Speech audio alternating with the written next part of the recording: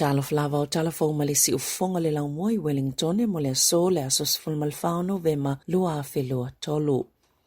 A o te talia pia se taimie mai ai whaatala noanga mo se whainga malo so whaatasi wa ta ua le ono to iloilo le national o se isi suinga i la fonga po le whaasilsila foi o le tele onisi vanga tupi o le a whaititia peona ta ua se tasi o whaito whaasinia mo le tamao a inga o lo whaawau peona ta maule pali mia whaaolioli e whaapeo le a whaititia le na whainga malo la fonga peitai e fōlinga ua tu ui titia le langolango Christopher Luxon i le polisi le whaatawa i tangata mai whafoni o lātou whale New Zealand. O le wholofolanga le national i le taimi o whaatau sino le whainga pālota. O le a whaatanga tangata mai whafona whaatauni o lātou whale i tau e ta 2 miliona ta la malunga atu. A ia tutongi le 15% o lātou la fonga mai le tau e tau li ai le whale. Ma o lātou valo i aina le mau e le fitselau wha 10 miliona ta la le tau sanga. Peitai o se whai numera e le whetaui. Peona ta weni se whaito whasinia o le tamau a inga. Na Sāmoa Luxon o le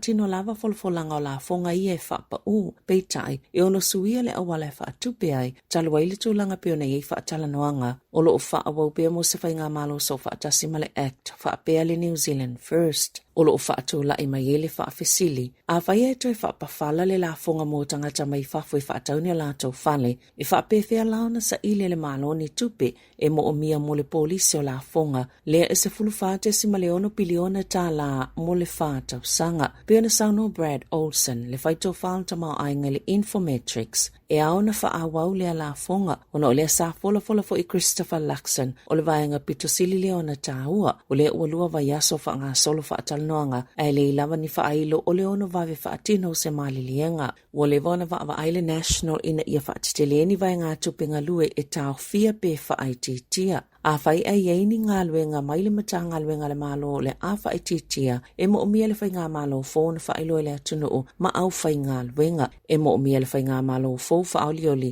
o na wha manino i au whai ngā luenga le malo po a vai ngai mana na oina ia au sia pe ona ta oe Olsen.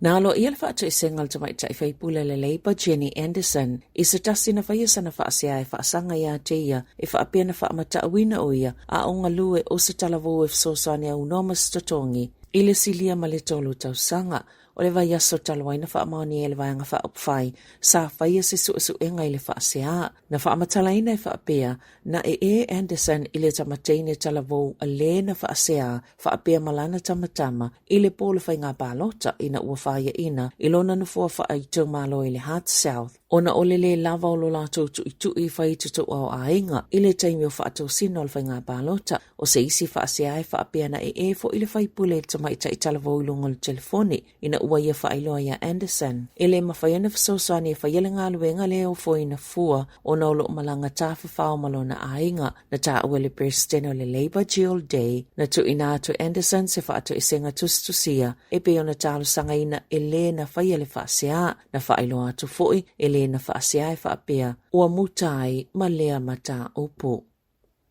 E valuma sina ua nofo vava ia pe whaasala i lona ainga se tau le akalai stete ina ua io na molianga o lona suia whaamalo se whaamaumaunga o la fonga mo o loa ma au nanga po le GST na le Stella Jackson Leon Maxwell tau hino mo le GST a se tema ma ia whaamatalaina ia whaapeo lana pisinisi whaatau ofu ai o loo tali lana benefiti na ia sui ni whaamaumaunga ina ia mawhaio na ia talo sanga ina ili silia ma le 5 afetala. O tupe e toe maua po refunds peitai e na o le fitselau ma le lua tā la whaaspulono sene na ia mawaina. Na tā ua le ofisa o la fonga o taimi umalawa e ave e tau hinua na whaamaumaunga o na GST po la fonga mo oloa ma au nanga na ia sila fia lava o ni whaamaumaunga na ia suia whaamalosi na whaatonoina tau hinu e le whaamasnonga ina ia toe tutongi le fitselau ma le lua tala whaasefuluiva sene lea na ia tau lima ina mai i le ofisa o la fonga.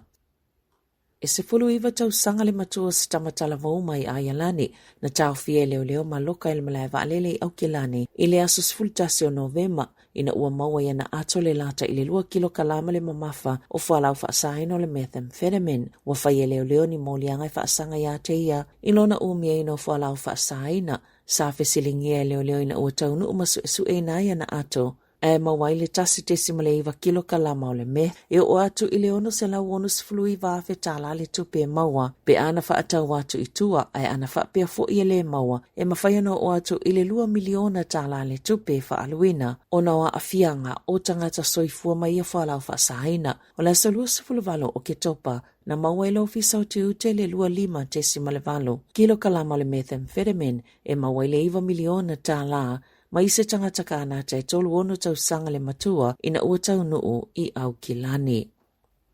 E la teile 2 miliona tala na ngau tangata New Zealand i whainga tau whaasisele tau sanga ua tuanai, e tu sai mali poti i whaala potupotonga tau tupe pito tite le atu nuu. Na whaalau ilo le matanga luenga o pisinesi whaafotunga o mae fau mga luenga, ia whaamatalanga i le amatanga le vaiaso, o le nofo sila fia i whainga tau whaasise, pe ona la pata ina i tangata lau tele, ina ia awana i se etia i universita o whaavalea. Na whaalia le so upo le MB mo le Fraud Awareness Week o Ian Kaplan o so se tangata lava i New Zealand. Le ai whaatutuanga i ai whainga tau whaasese ai mai se lava ia i lato olo i ai lato tupe teo ai olo o vaava ai inisi awala e toe whaapopo i lato tupe. O le whautuanga Kaplan a whai e whao o atu i so tangata lava ni ofo o ni avanua moni teo ngā tupe po oni universi e a lato i emaili po oni telefoni aua ne italiaina ona ile tu sai maltu la fono le whaatau watu o i au nanga po o oloa i e tu ainga o me totia i tutono New Zealand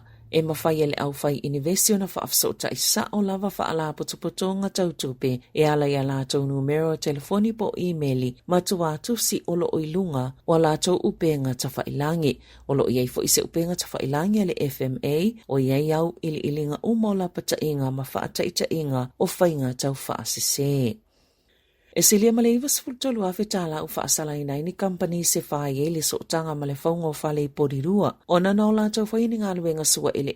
i ei se whaatanganga ma whaatafe atu palapala i le Mitchell Stream. O se no whanga whaapitua mo i tu ainga o i a ese na o le atunu ue mawai. Sa whai ele whaamalumalunga o pule ngā nu o Wellingtone ni molianga i whaasanga le Kenepuru Limited Partnership Kenepuru Developments Limited, o le Kia Consultants Limited, ma le Caliber Consulting Limited, mai luas fululua molianga na whaasala ina ia company le whaamasonga mo le sio manga i Wellingtone, o le Mitchell Stream, o se waitafe mai le waitu loto porirua, le tafe atu le talawhaatai, le te awarua o porirua hapa.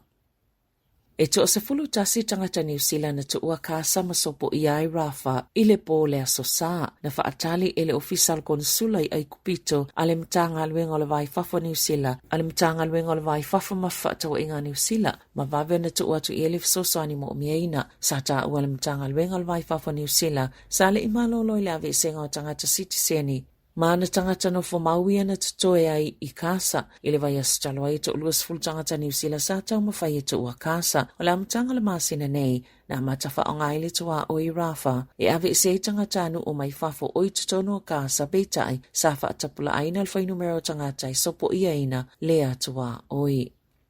E to ofitu ni tupulanga talavuna lokaina leo, ona ole ulfale fa amalosi, i tutonu o se pisinesi i puke kohe i au kilani, ile taia o nafi, ma ave fa anga oini o loa, e to ono i latou, e mai lisfululuanga i lisfuluvalu tau sanga le mātutua, na faini a latou mata pulepule po tali pupuni o fōlinga, e au fili to olua na fa au pengaina, sa latou nga oina ni tapa amanga ilo i seisi, pisinesi latane, peona ta ue leo, sa yele tangatayana le pisinesi tutonu, ile taimi peitai sa vaveo na nga i ese o le talavou le na ato i ele to fitu o ile na ave ina le taavale nga o ile na o ai na toe mawal taavale se taimi mulimuliane ma mawhaio na toe mawele tele o loa ia na nga o ia talavou pio na ta ue Inspector Joe Hunter e ieni tangata sa iei sa o lato mulimawina ngai o inga ia talavou sa faafisa o ta ina leo le na iu ina maua mataloka ai loa o lo fa nga solo su enga leo tu sai masalato fa matalanga.